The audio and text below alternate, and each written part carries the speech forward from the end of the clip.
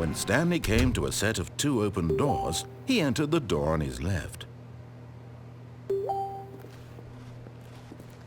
This was not the correct way to the meeting room, and Stanley knew it perfectly well. Perhaps he wanted to stop by the employee lounge first, just to admire it. Ah, yes, truly a room worth admiring. It had really been worth the detour after all. Just but eager to get back to business, Stanley took the first open door on his left. Stanley was so bad at following directions, it's incredible he wasn't fired years ago. Look, Stanley, I think perhaps we've gotten off on the wrong foot here. I'm not your enemy, really, I'm not. I realize that investing your trust in someone else can be difficult, but the fact is that the story has been about nothing but you all this time. There's someone you've been neglecting, Stanley. Someone you've forgotten. What? Really? I was in the middle of something. Do you have zero consideration for others? Are you that convinced that I want something bad to happen to you? Why, I don't know how to convince you of this, but I really do want to help you, to show you something beautiful. Look, let me prove it. Let me prove that I'm on your side. Give me a chance.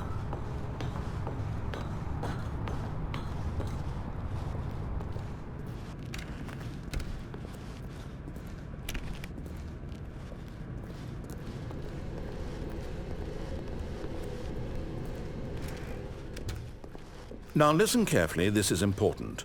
Stanley walked through the red door.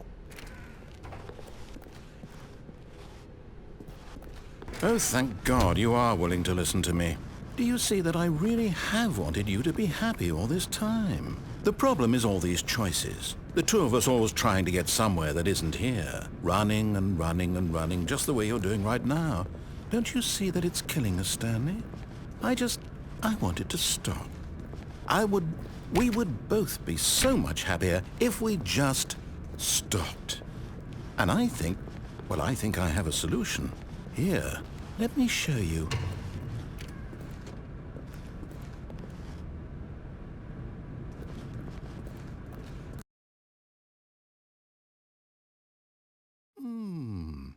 What do we want?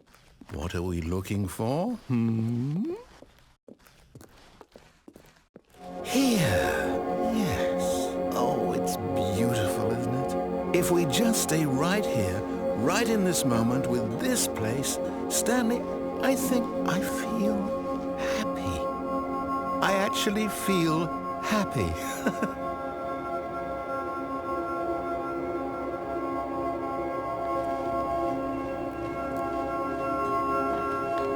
No, wait. Where are you going? Right. Where were we?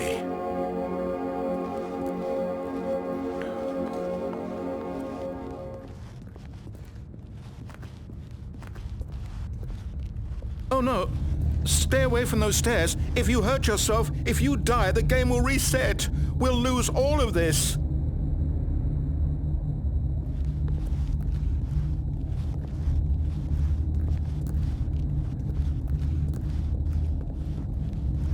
Please, no, Stanley, let me stay here. Don't take this from me. No! Oh, thank God you lived. You had me worried there for a moment. Now, can we please get back to the other room? There, see?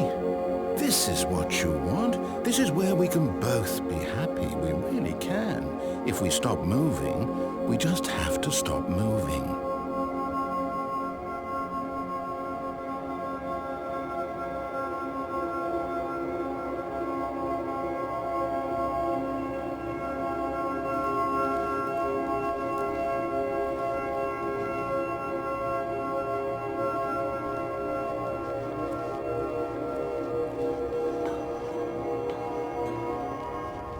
Stanley, go back.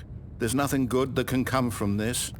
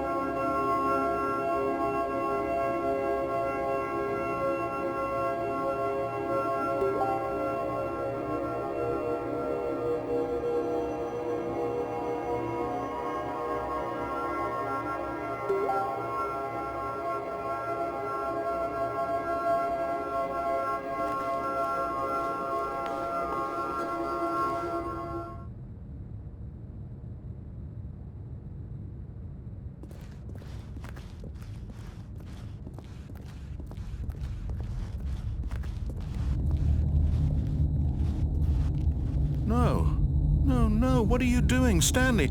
Please, I'm asking you not to... Do you just not believe me? What can I say to convince you?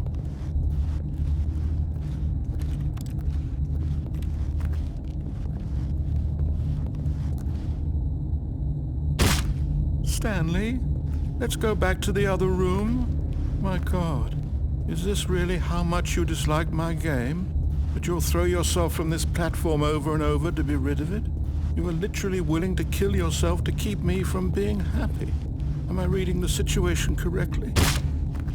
Or maybe you're just getting a kick out of it. I don't know anymore. I just wanted us to get along. But I guess that was too much to ask. It looks like you wanted to make a choice after all. Well, this one is yours. Is it over? It's going to restart, isn't it? I'm going back.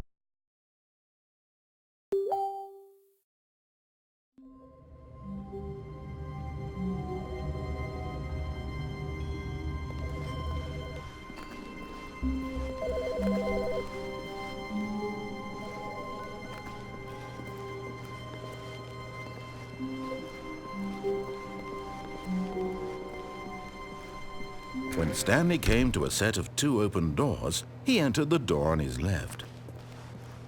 This was not the correct way to the meeting room, and Stanley knew it perfectly well. Perhaps he wanted to stop by the employee lounge first, just to admire it.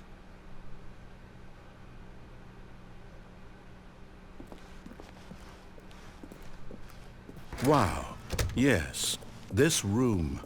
But eager to get back to business, Stanley took the first open door on his left.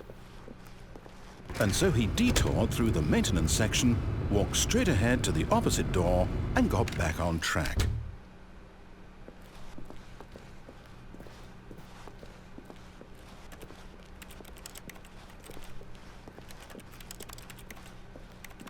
Yet there was not a single person here either. Feeling a wave of disbelief, Stanley decided to go up to his boss's office, hoping he might find an answer there.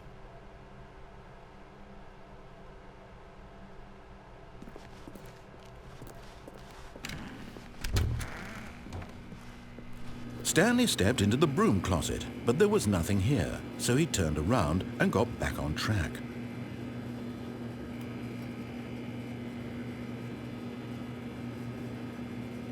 There was nothing here.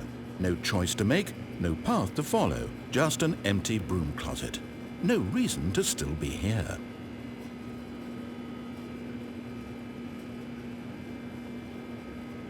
It was baffling that Stanley was still just sitting in the broom closet. He wasn't even doing anything. At least if there was something to interact with, he'd be justified in some way. As it is, he's literally just standing there doing sweet FA.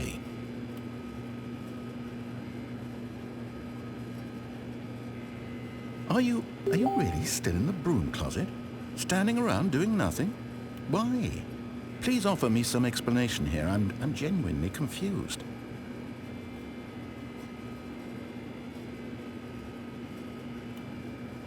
You do realize there's no choice or anything in here, right? If I'd said Stanley walked past the broom closet, at least you would have had a reason for exploring it to find out. But it didn't even occur to me because literally this closet is of absolutely no significance to the story whatsoever. I never would have thought to mention it.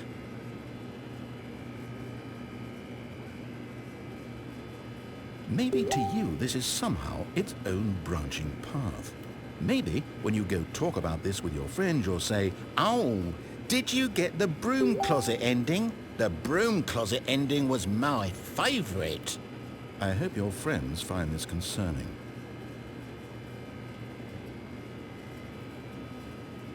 Stanley was fat and ugly and really stupid. He probably only got the job because of a family connection. That's how stupid he is. That or with drug money. Also, Stanley is addicted to drugs and hookers. Well, I've come to a very definite conclusion about what's going on right now. You're dead. You got to this broom closet, explored it a bit, and were just about to leave because there's nothing here when a physical malady of some sort shut down your central nervous system and you collapsed on the keyboard.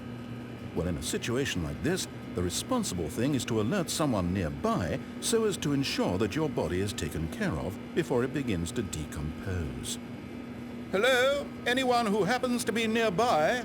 The person at this computer is dead. He or she has fallen prey to any number of your countless human physiological vulnerabilities. It's indicative of the long-term sustainability of your species. Please remove their corpse from the area and instruct another human to take their place at the computer, making sure they understand basic first-person video game mechanics and filling them in on the history of narrative tropes in video gaming, so that the irony and insightful commentary of this game is not lost on them. All right, when you've done that, just step out into the hallway.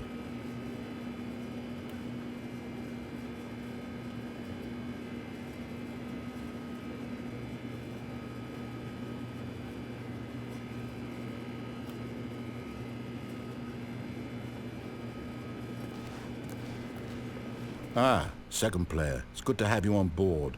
I guarantee you can't do any worse than the person who came before you. You too? Unbelievable. I'm at the mercy of an entire species of invalids.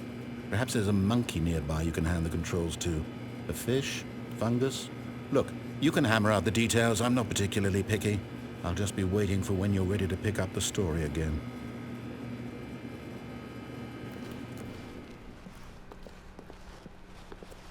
Coming to a staircase, Stanley walked upstairs to his boss's office.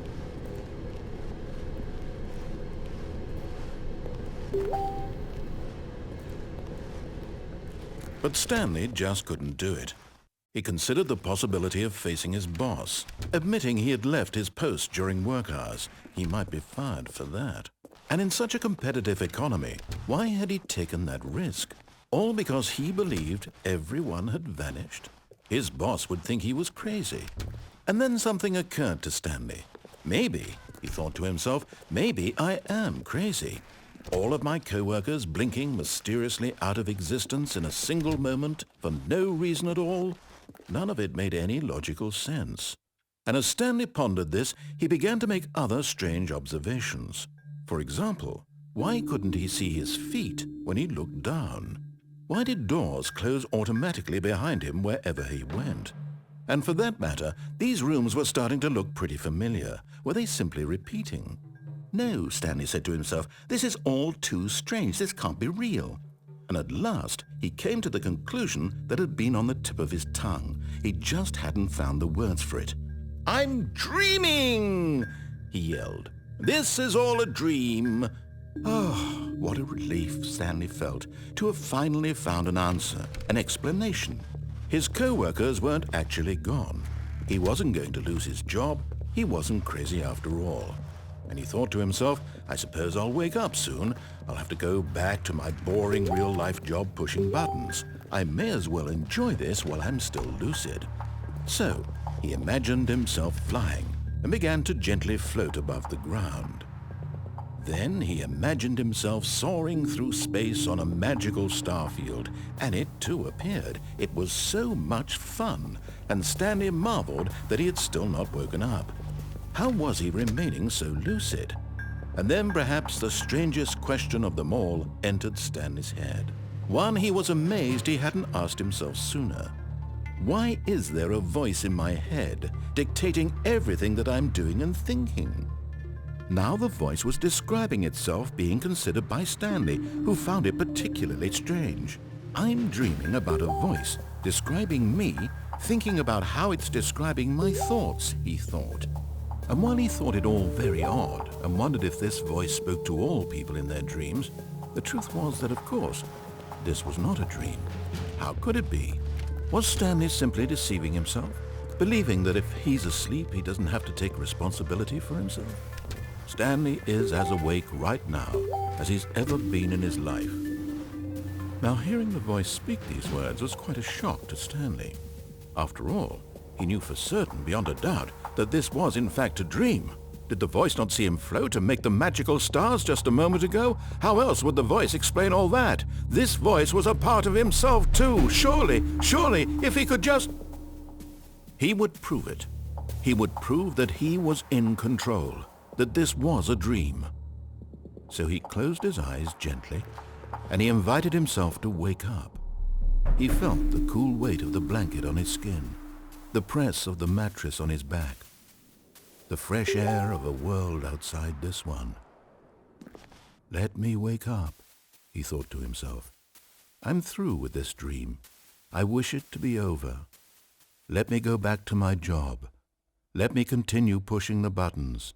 Please, it's all I want. I want my apartment, and my wife, and my job. All I want is my life exactly the way it's always been. My life is normal. I am normal. Everything will be fine. I am okay.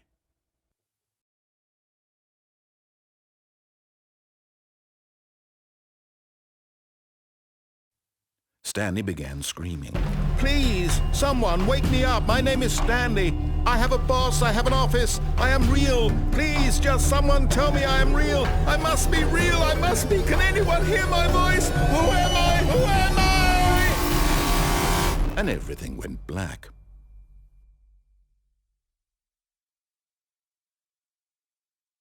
This is the story of a woman named Mariella. Mariella woke up on a day like any other.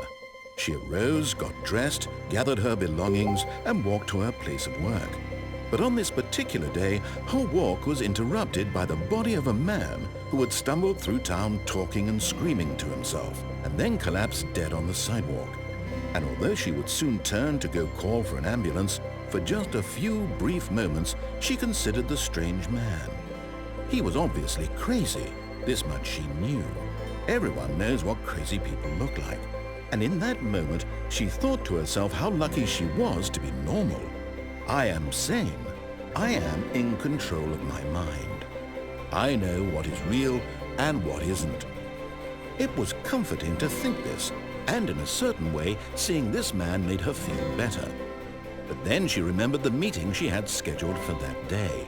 The very important people whose impressions of her would affect her career, and by extension, the rest of her life. She had no time for this, so it was only a moment that she stood there, staring down at the body. And then she turned and ran.